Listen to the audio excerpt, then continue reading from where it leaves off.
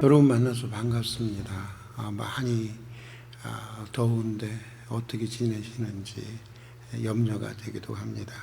늘 건강 잘 챙기시고 무더위 속에서도 하나님의 은혜가 여러분과 함께 하실 줄로 믿습니다. 오늘 우리에게 주시는 하나님의 말씀은 마태복음 6장 5절에서 8절까지의 말씀입니다. 마태복음 6장 5절에서 8절까지의 말씀 제가 봉독해 드리도록 하겠습니다. 또 너희는 기도할 때 외식하는 자와 같이 하지 말라. 그들은 사람에게 보이려고 회당과 큰 거리 오기에 서서 기도하기를 좋아하느니라. 내가 진실로 너희에게 이르노니 그들은 자기 상을 이미 받았느니라. 너는 기도할 때 내 골방에 들어가 문을 닫고 은밀한 중에 계신 네 아버지께 기도하라. 은밀한 중에 보시는 네 아버지께서 갚으시리라.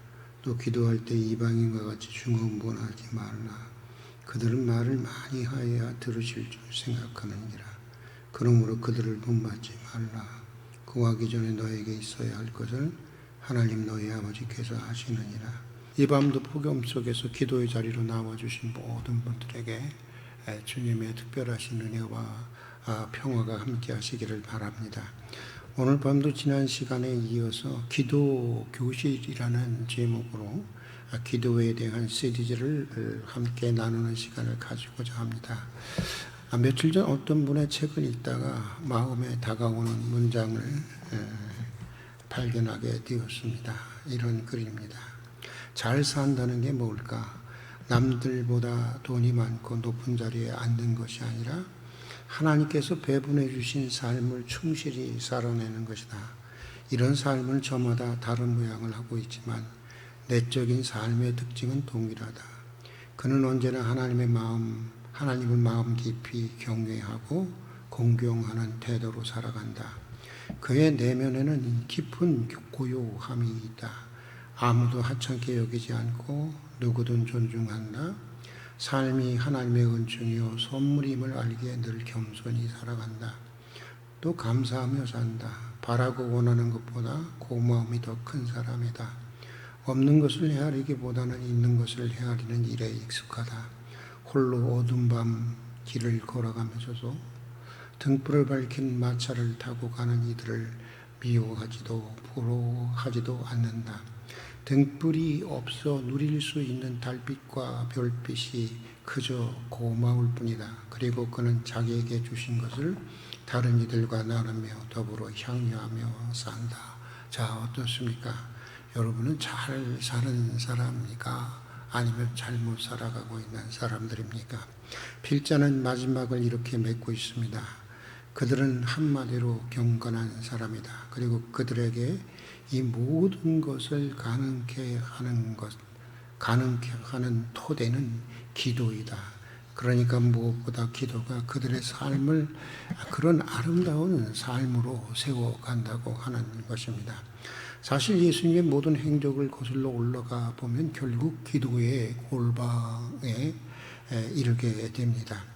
대표적인 기도저자 E.M. 바운드의 말대로 예수님은 비록 하나님의 아들이셨지만, 그는 하나님의 아들이셨지만 그럼에도 불구하고 그가 그렇게까지 자기를 비우고 섬길 수 있었고 하나님 뜻에 순복할 수 있었고 십자가를 지고 부활의 승리를 얻을 수 있었던 것은 그의 남다른 기도의 삶에 있었던 것입니다.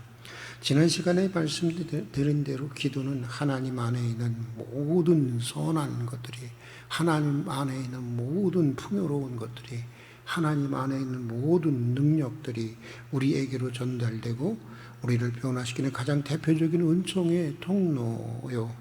하나님의 사람들이 하나님의 관점으로 보고 생각하고 원하며, 기도는 단순한 간청을 넘어서 하나님의 사람답게 하나님과 동행하는 삶의 원천이 되기 때문입니다. 그러므로 기도는 무엇보다 여러분 하나님 앞에서 행하는, 우리의 모든 것을 아시는 하나님 앞에서 행하는 것이기에 진실해야 하는 것입니다.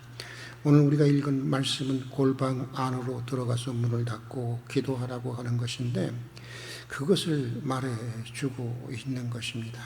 본문에서 골방은 가장 거룩하면서도 가장 진실해야 하는 기도조차 누군가에게 자신의 의의를, 자신의 경건한 삶을 보여주려는 일종의 쇼나 장식물로 전락하고 있는 우리의 현실을 비평적으로 조망해 주고 있는 것입니다. 또한 골방은 은밀히 거하시는 가운데 우리를 보시고 들으시는 하나님에게로 다가가는 진실한 기도가 어떤 기도인지를 상징적으로 말해주고 있는 것입니다.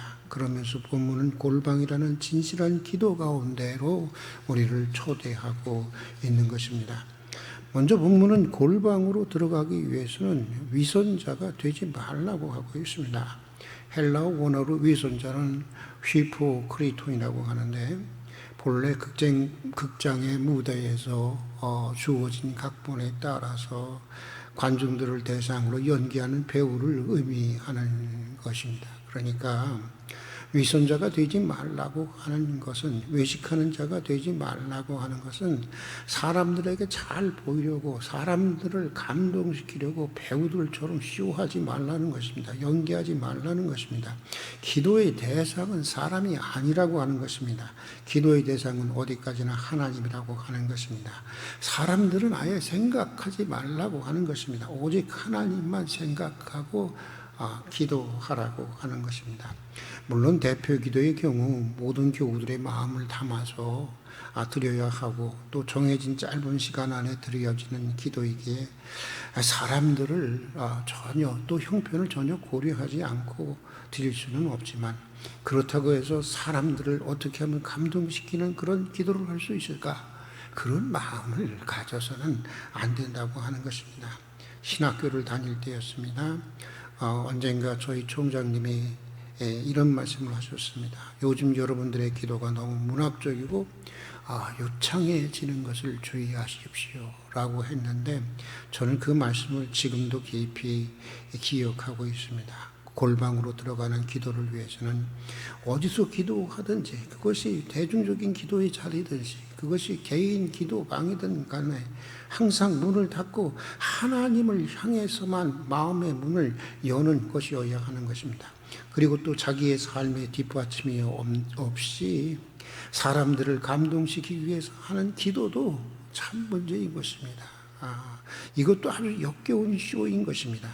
자기는 한 주간 시궁창에서 뒹굴며 살았으면서도 입술로는 온갖 거룩한 말로 채우며 자신이 마치 높은 경지의 기도를 드리는 것처럼 연기하는 것도 위선의 기도인 것입니다.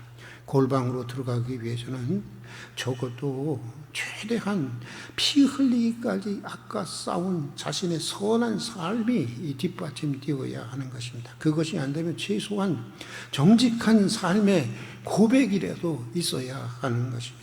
지금도 그렇지만 예수님 당시에도 쇼하는 기도가 많이 있었던 것 같습니다. 특히 바리새인들 중에 그런 사람들이 많이 있었는데, 이들의 기도에는 몇 가지 특징이 있었다고 합니다. 요즘도 그렇지만 가장 특징적인 것은 요즘 그 부흥 강사들이 기도를 하면 쉰 목소리를 내지 않습니까? 물론 기도를 많이 하다 보니까 쉴 수도 있겠습니다만은 이게 하나같이 다 쉰 목소리를 내니까 그런 것처럼 마치 이 당시 이 바리새인들 역시 자신이 큰 감동의 성령의 영감에 젖어 있는 것처럼 보여주려고 항상 떨리는 음성으로 기도했다고 하는 것입니다.